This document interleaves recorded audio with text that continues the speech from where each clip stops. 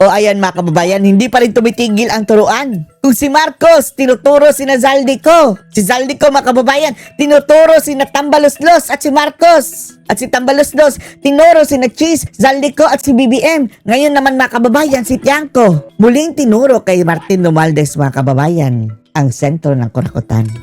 Hindi raw totoo mga kababayan na ang kurakutan ay naandun na sa implementation. Kaya sabi nitong si Tiangco, andun daw yan sa insertion.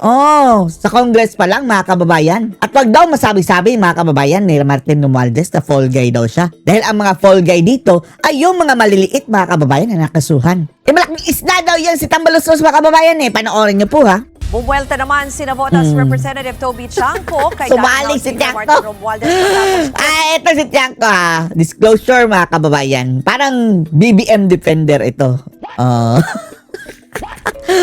Para sa kanya, lahat nakikita niya mga kababayan. Pero blind eye siya kay Bangag. Tunin ang kanyang kredibilidad sa inilabas itong video message. At kaugnay po yan, makakausap natin Sige. si Congressman Tiangco. Good afternoon Tiangco, po sa inyo, pasok. Congressman. Maraming salamat sa pagtanggap ng aming tawag. Yes, Ruth. Magandang hapon po. Kung ito pong sabi ni dating House Speaker na binanggit kayo na dahil dito sa flood control anomaly sa pagsilip doon sa budget pero kayo daw po kasi ay dating Vice Chair ng Committee on Appropriations, so nung nagkaroon ng deliberasyon sa mga komite, sa plenaryo, bakit daw hindi nyo binring up kung meron bang irregularidad? Talagang walang magbe-bring up lang mga kababayan dahil parang kultura na yan nila Para sa kanila, normal na yung mga pangungurakot nila dyan mga kababayan. Okay, number one, ako ay isa sa 56 na vice chairs ng Committee on Appropriations. 143 members kami, isang chairman na si Zaldico, isang senior vice chair, 56 vice chairman at mga membro, So, ang tanging trabaho namin is, number one, is idepensa yung departamento na naka-assign sa amin. Number one po. Number two, kung titignan nyo po, panoorin nyo po yung mga video ng budget deliberations at kahit basahin nyo po yung transcript, wala pong tiga majority ang nakapagtanong noong 2025 budget. Kung titignan nyo yun, lahat na nag-interpolate noon ay puro tiga minority. Hindi ko alam kung may isang nakalusot, maybe one, pero kasi sinabihan kami noon na ang membro ng majority hindi pwede magtanong sa budget. And ang pinakamahalaga dito, Ruth, is this. Alam niyo, pagkatapos namin mag-deliberate nun sa budget, ina-aprubahan niya ng plenaryo on second reading. Lahat kami doon, boboto kami on second reading. Pero ang nakagawian noon, nung 19th Congress, 19th Congress mga kababayan ha, 2022 to 2025. na inireklamo ko, kaya hindi na tinuloy sa 20th Congress, is yung merong small committee na binibigyan ng authority na Ayan! Mga yung small in-approve committee. namin on second reading. Na yun na mga kababayan ang magde-decide ng budget ng Pilipinas. Pa-deny-deny pa yan si Tamba mga kababayan. Sila nga ni Zaldico, tinuro ni Sara dati mga kababayan, Budget ng Pilipinas, kontrolado ng dalawang tao, Tambaloslos at Martin Romualdez. Pareha pala. Zaldico at Martin Romualdez. Pero among din mga kababayan, tuta lang din si Zaldico. Yan talaga ang mga kababayan, ulo. Kasama sila ni Bangag. Dahil hindi rin yan mangyayari mga kababayan kung hindi alam ni Bangag, si Bangag ang pipirma ng budget. Ang small committee na to ay 4 na tao at hindi po ako kasama dyan. Yung sinasabi na kalokohan ay nangyayari doon sa pagbenta ng mga insertions. Turuan na mga kababayan. Si Romualdez ang tinuturo. Dyan yan sa implementasyon. Ito namang bata ni BBM mga kababayan. Dyan sa insertion. Pareho sila mga kababayan. Nagtuturo-turuan ng CC. Pero pareho pala. All of the above ang answer. Basically, ang insertion hindi naman masama per se. Dyan nga ang ginagamit Linyada yan mga kurakot Hindi naman masama yung insertion pero abusuhin namin ito. Kaya alisin na lang yan para wala na excuse. Kaya lang yung insertions dito is because binibenta nga. Di ba? Hindi yan, ako bintahan. lang una nagsabi niyan, pero sinabi... Anong sabi ni Katonying? Si Hontiveros pa lang mga kababayan ha? Isa pa lang yan ha? 3 billion ang insertion. Kaya nga umaabot sa trillion ang nanakaw mga kababayan dahil isa pa lang bilyones na mga kababayan ang pondo. Yan ni Engineer Alcantara, sinabi rin yan ni Yusek Bernardo na binibenta ni Saldico yung mga insertions. At ang unang pagkakataon Yung bintana na insertion is equivalent to corruption. pagbenta ng insertions ay doon sa small committee. Small committee na walang committee report at walang minutes ng meeting. Ngayon, ang tanong dyan is, pwede bang ginawa ni Saldico yung mga yon nang hindi alam ng former speaker? Yun ang pinakamalaking tanong. Kasi sinasabi niya, yung Imposibleng walang alam. At imposibleng walang alam din si BBM mga kababayan. corruption daw is doon sa implementation. Hindi po totoo yun. Kasi pagbenta pa lang ng proyekto, pag ang proyekto ay may bumili at nailagay na doon. O yan umamin yan si Erwin Tulfo na nagbibentahan daw sila ng proyekto. Meaning, nangungurakot sila. May komisyon ka Oy, benta ko sa'yo, give me 20%, 10% akin. Yan sila sabi niya 10%. Pera yan mga kababayan na galing doon sa pondo. Papunta sa kanila, personal money. Meaning, kurakot nila. So Lord. Eto wala naman sigurong mga kababayan magde-deny sa mga congressman na ginagawa nila yan. Wala tayong magagawa dito. Ay nako, ang presidente kasi yan mga kababayan Kung hindi talaga yan papayagan ng presidente, hindi yan mangyayari. Eto si Bangag mga kababayan, hinayaan niya dahil siya din. Sama-sama tayong babangag muli. Babangag sila ng lahat mga kababayan. Sa budget, binabayaran na agad yun So, hindi totoong nagsisimula yung corruption doon sa implementation. Dito nga hindi pa nabibid, binibenta na yung proyekto at binabayaran na yun. Lahat. Yung explanation nyo, sa punto nyo po noon, nung deliberate itong 2025 budget, wala po kayong pagkakataon na, yung binanggit nyo, hindi pwedeng magtanong, I think, kasi dapat parang, may sinabi nyo na parang may mensahe na kailangan siguro sumunod na lang, at wala nang question doon sa budget. At naalala ko nga, ni-reveal nyo po itong small committee, kaya ngayon parang mas transparent na itong process. Pero ngayon, diretsuhin ko na lang kayo. Ano po ba ang mensahe nyo? Kasi sinasabi nyo na imposibleng hindi alam ng dating House Speaker. Puro na, nagtuturuan na. Anong mensahe nyo ngayon kaya Romualdez? Anong mensahe mo kay Tambaloslos? Siya, pwede posible ba na hindi niya alam yung pinagagagawa ni Saldico? May aamin ba? Walang aminan. Kasi sabi nga ni Saldico, everyday magkausap sila ni former Speaker Martin Romualdez. So, posible ba na hindi niya alam yung pinagagawa ni Saldico? Yun lang naman yung At sino ba yan si Saldico mga kababayan para mag-orchestrate ng ganyang kalaking heist, money heist? Talagang granted yan mga kababayan, with permission yan ng kataas-saasang kabangagan. At hindi totoo yung sinasabi na yung corruption ay dahil doon sa implementation sa executive branch. Ay! Anong hindi totoo? All of the above. Lahat mga kababayan ng pinagdaanan ng pera kinukurakot. Ulitin ko, yung bentahan ng Huwag mong ulitin. Huwag kang mambudol. proyekto, nangyayari pa lang yan doon sa budget deliberation sa House. Hindi pa yan umaabot sa executive branch. Pag napasok yung proyekto mo, Tapos, malinis na si Bangag niyan. Hindi na kurakot si Marcos. Sino maniniwala na hindi kurakot ang Marcos? magbabayad ka na. So doon nagsisimula yung corruption. Hindi siya nagsisimula doon sa implementation. Hindi nga siya nagsisimula doon sa bidding Hindi Doon pa lang nagsisimula sa bidding. Ma-insert pa lang siya, yun, nagkakabayaran na. So doon nagsisimula. Kung yung sinasabi rin ni Congressman Romualdez na tila siya daw yung fall guy kasi ang The Fall Guy. Parang parang pelikula mga kababayan. Fall Guy. Taba, patgay. iba pa niyang binanggit itong si Ay, Senate patgay. President Luis Escudero at ito nga pong si dating Congressman Zaldico. I mean, yung mga sinasabing fall guy is yung mga maliliit na mga Nasisi. nakakulong ngayon. Kung walang, District engineers. Kung walang mapapakulong na big fish, Yan yan ang big fish mga kababayan. Balyena nga. Hindi na nga fish. lalabas yung mga maliliit na nakakulong mga ngayon. Sila ang lalabas na dilis. fall guy. Kasi ang iniintay ng tao, Yung tawag nila sa atin, mga didilis daw tayo. Kayo, mga buhaya. kung sino yung big fish na makukulong. Sinabi rin po niya na may alam daw ang Executive Department. Yan po yan sa Office of the President. Talaga. Imposibleng walang alam. Pinsang buong itong si Pangulong Marcos. Ano po ang reaction niyo dyan sa pahayag na yan? Huwag mong sabihin walang alam, ha? Sabi mo nga na sinabi ni Bangag na ilang kailangan nyo? Ang kailangan pala natin. Ay, nako. Kaya nga, tinanong sila ni mga kababayan ni Banat Bay, baka inuulol ka lang na, no? Habang nagsasabi si Marcos ng ganyan. Hindi, ang sinasabi niya doon, sinasabi niya, nagsisimula yung Yeah. budget sa executive branch.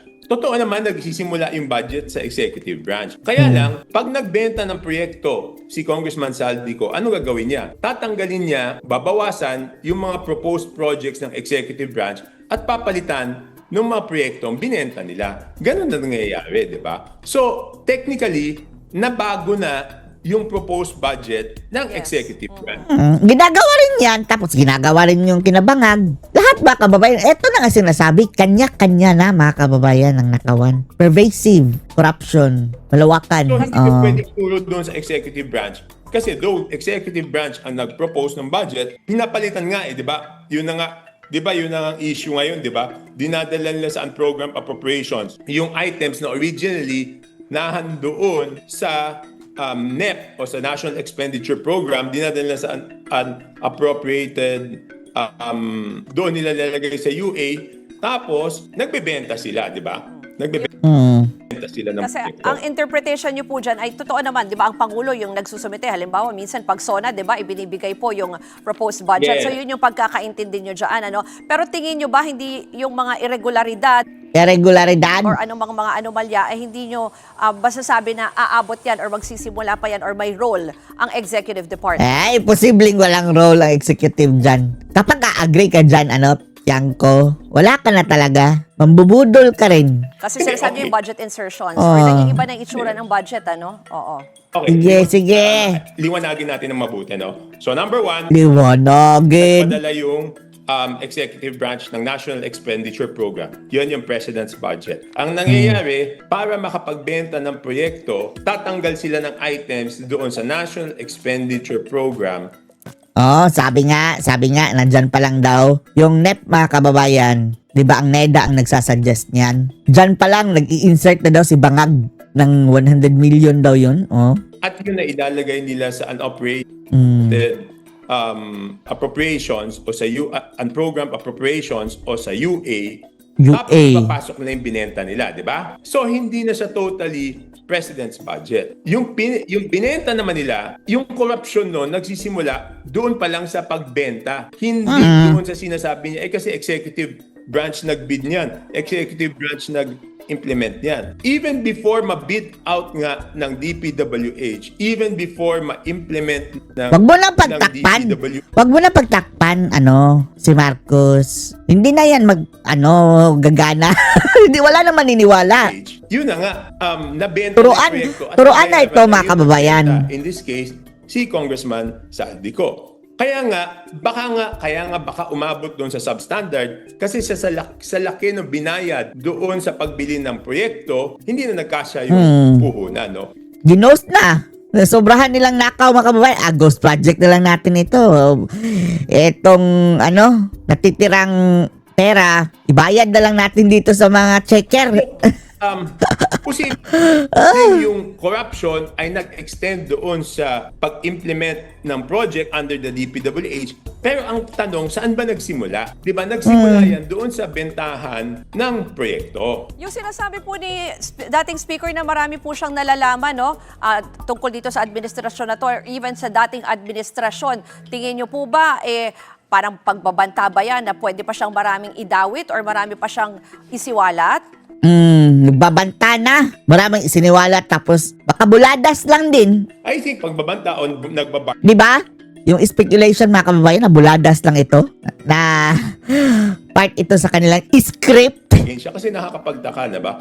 Bakit nagkataon yung pagsalita niya is kung kailan nahuli si Saldico, no? I think maybe it's Ang tanong, makakauwi ba si Saldico? Hanggat hindi nakakauwi si Saldico, mga kababayan, wala. Mahina ang kaso. indirect message saying na isalba siya, kung hindi, mandadamay siya. But it is very clear naman doon Mandadamay. sa doon pa lang sa SONA. At nung pinaimbestigahan niya to, sabi naman niya, wala naman siyang pro-protectionan, di ba? Ay, nako. Siya nga pinoproteksyonan ngayon Lahat ng investigasyon, mai-stop, mga kababayan, kapag nababanggit na mga Marcos o mga tambalos-los. So, umabot sa kanya, hindi naman dahil pinuntirya siya noon. Talagang sabi nga ng presidente, doon tayo kung saan dadalhin ng ebidensya.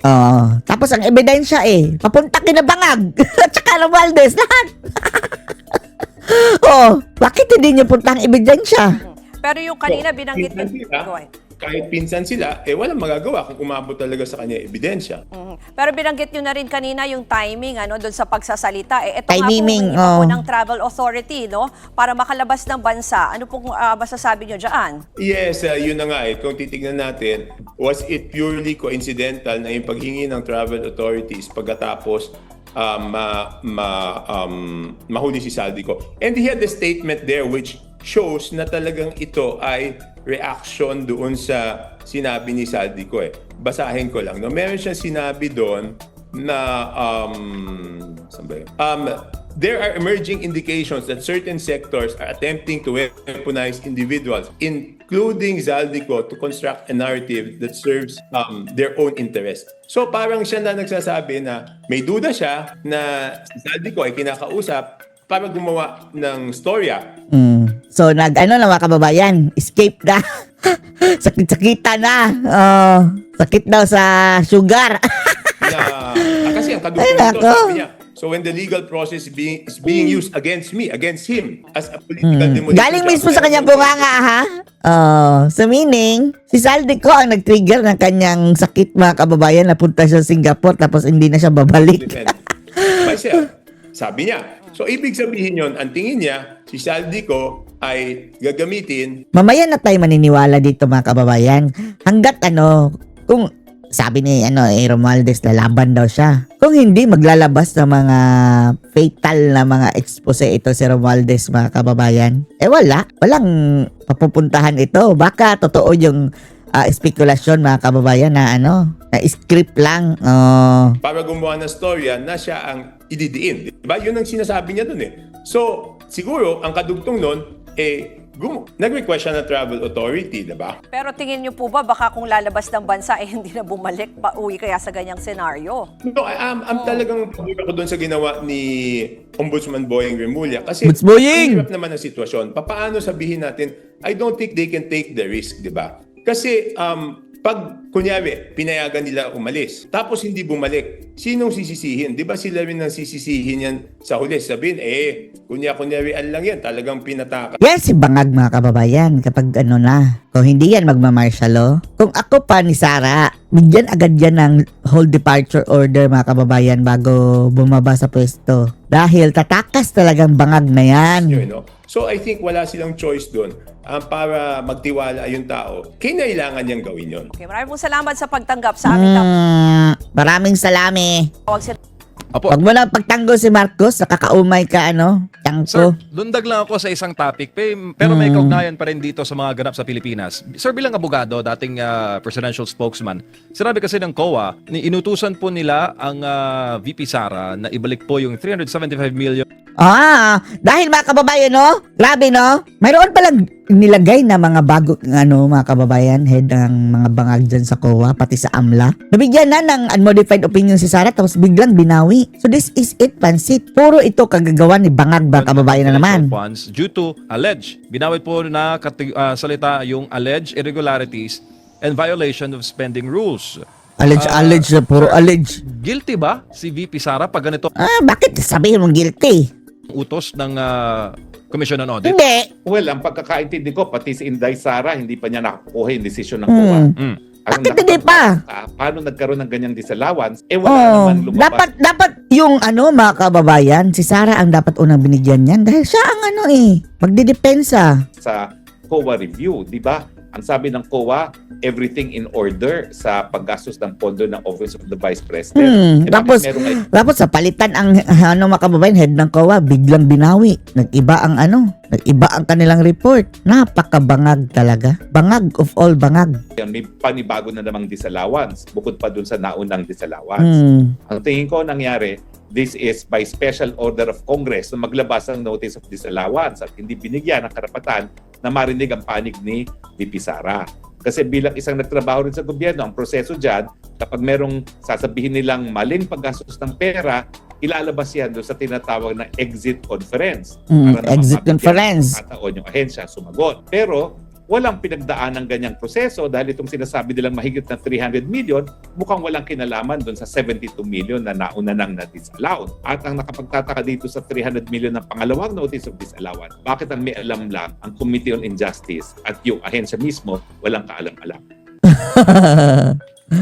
Opo, dito pa sa iba pang mga patutsada nila po sa kay Vice President Sara Duterte sa impeachment hearing po, attorney. Relevant pa ba yun? Lalo na halimbawa, yung sa pag-confirm na merong rehistro, yung Ay nako, ano ba mga kababayan? So what to may rehistro si Madriaga? Doktor ba yan ni Sara?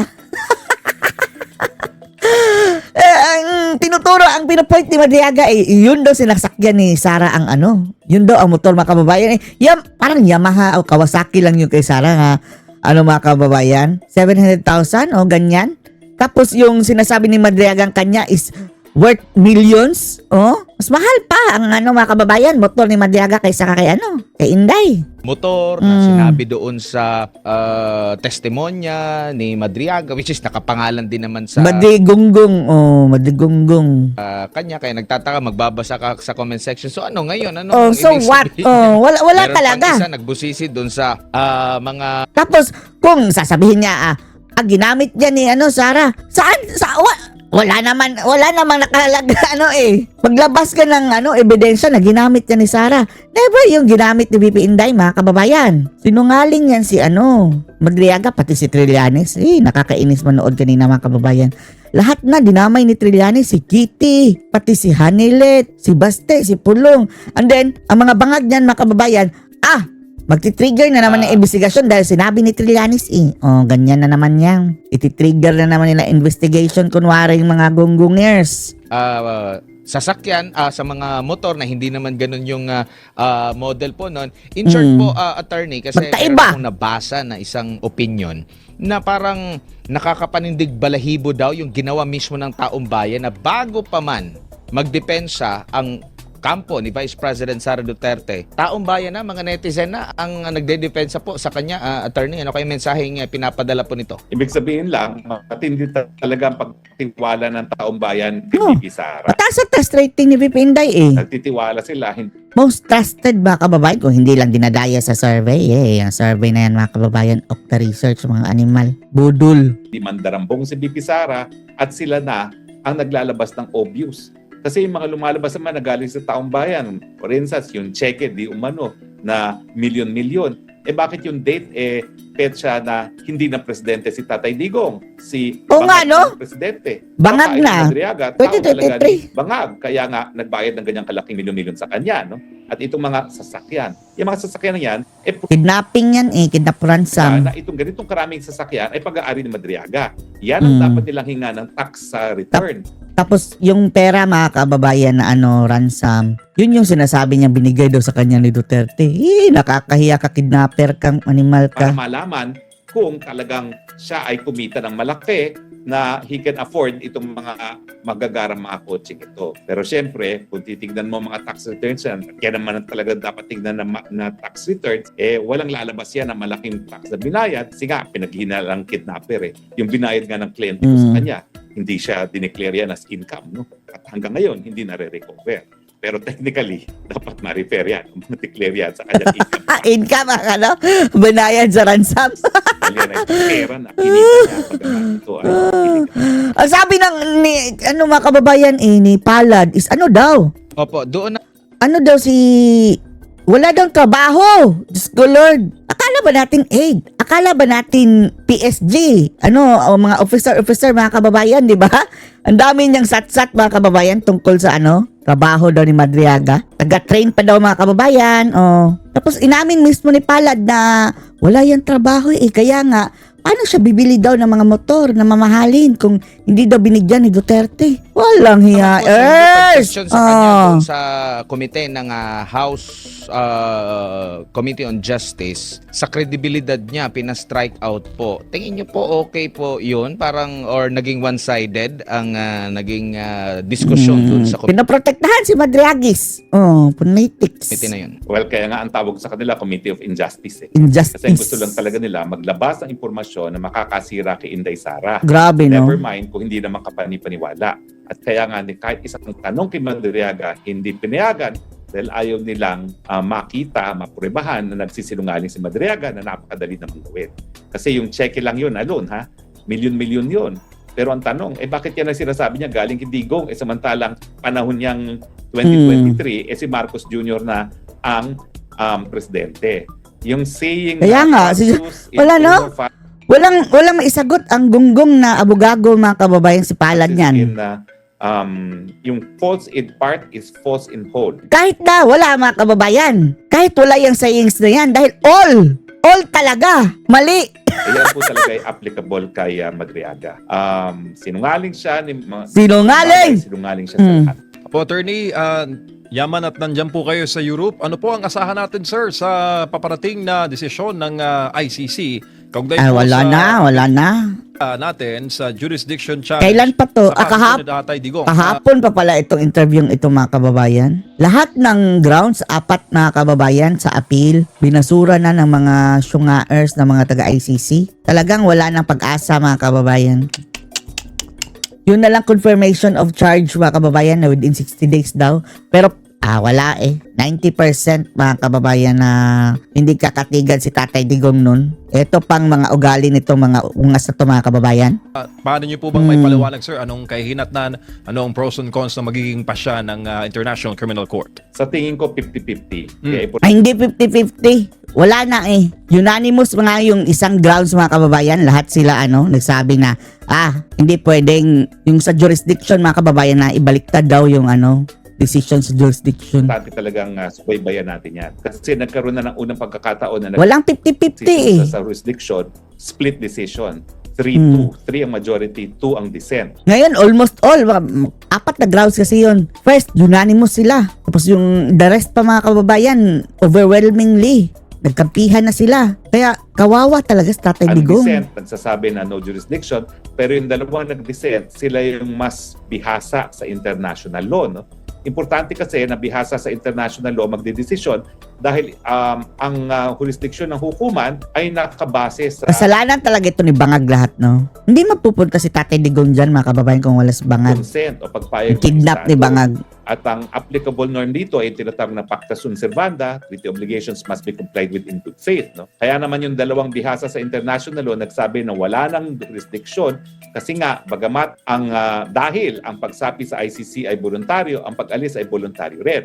At malayang po pwedeng umalis sa hukuman ng mga miyembro provided yung duty to cooperate ay magpapatuloy sa loob lamang ng 1 taon matapos magbitiw na formal sa pagiging miyembro ng hukuman.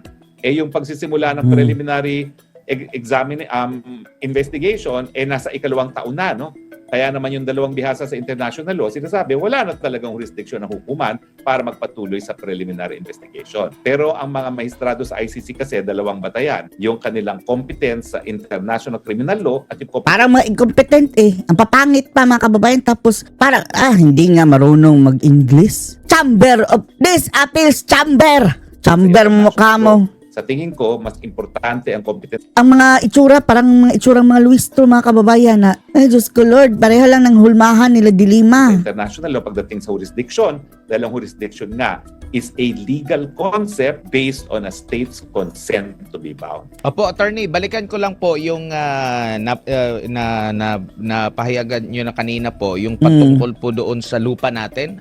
Dito, magkakaroon Ay, oo, binigay ni Bangag, mga kababayan, sa mga Amerikano. Libre! Ang tawag kasi dito ay Libre! Luzon Economic Corridor. Oh.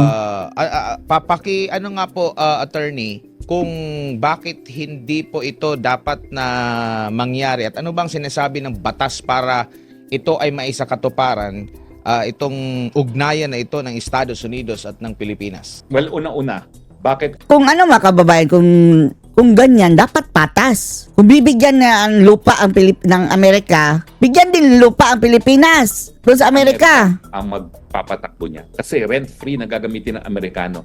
Bakit Estado magpapatakbo niya kung hindi yan gagamitin para sa military purposes? Una. Pangalawa, bakit magkakaroon ng diplomatic immunity ang mga Amerikano na nagpapatakbo niyan? Ibig sabihin, yung pagtayo ng economic corridor ay isang state function ng Amerika. At dahil ito nga ay nangyayari sa panahon na may giyera at sinasabi naman nila na ito tayo, ay mabubomba. para mabawasan ang Tayo, reliance nila sa China pagdating sa mga computer chips, no? Kaya nga silicon ang tinatawag nila diyan, at alam naman natin na ang kanilang mga bomba ay nangangailangan itong mga silicon neto. Syempre, this has to do with the war effort against Iran, no? At kaya nga sinasabi ko, kinakailangan bigyan yan ng pagpayag ng Senado. Ang pagtayo ng economic corridor neto ay dapat sang-ayon sa isang tratado na kinikilala ng parehong bansa bilang isang tratado. Dapat hindi lang si Bangag ang mag-decide Bigyan niyan. ng pagpayag ng sambayanang Pilipinas. Opo. Kung pribado po, kumbaga ito ay sa US government na pangunguna. Kung pribado po na banyaga, meron din tayong matibay na batas po ukol din dyan po, nakakasaklaw, attorney. Yes, meron tayo PEZA law. Pero sa PEZA law, walang binibigyan ng sovereign immunity. Ang binibigyan mo lang ng sovereign immunity kung meron kang tratado, gaya ng panahon na meron tayong basis agreement, no, with America. Kaya lahat ng mga Amerikano na nasa loob ng base militar ay immune. Pero yun nga, sabi ng saligang batas, pagkatapos at pagpasuna ang US-Philippine Basis Agreement, wala nang dayuhang base militar na papayagan sa Pilipinas kung hindi sa pamamagitan ng tratado, kinikilala ng Tratado. parehong bansa, at kung kinakailangan, isusumite para kunin ang pagsang-ayon ng mamamayang Pilipino. So malinaw na malinaw sa akin, hindi nila tinatawag itong base militar, pero because this contributes to the war effort, because of the nature, object, and purpose nung mga gagawin dyan sa Special Economic Corridor na yan, yan po, for all intents and purposes, is a military base, at make no mistake, dahil yan po contributes to the war effort, pwede pong targetin yan ng kalaban ng Amerika dito sa nagaganap na tigmaan. Baka mangyari na parang kagaya doon sa EDCA na hindi basta-basta napapasok ng gobyerno po natin. Delikado. Po yan, kaya binigyan nila ng diplomatic immunity. Linaalabas Diyos nila ko, sa Lord. jurisdiction ng Pilipinas ang kung anumang gagawin dyan sa loob ng 1,400 hectares na yan, na rent-free pa man din. So talagang, alam mo, ang duda ko nga, kaya nag-fake news itong presidente natin para ilihis yung atensyon ng tao.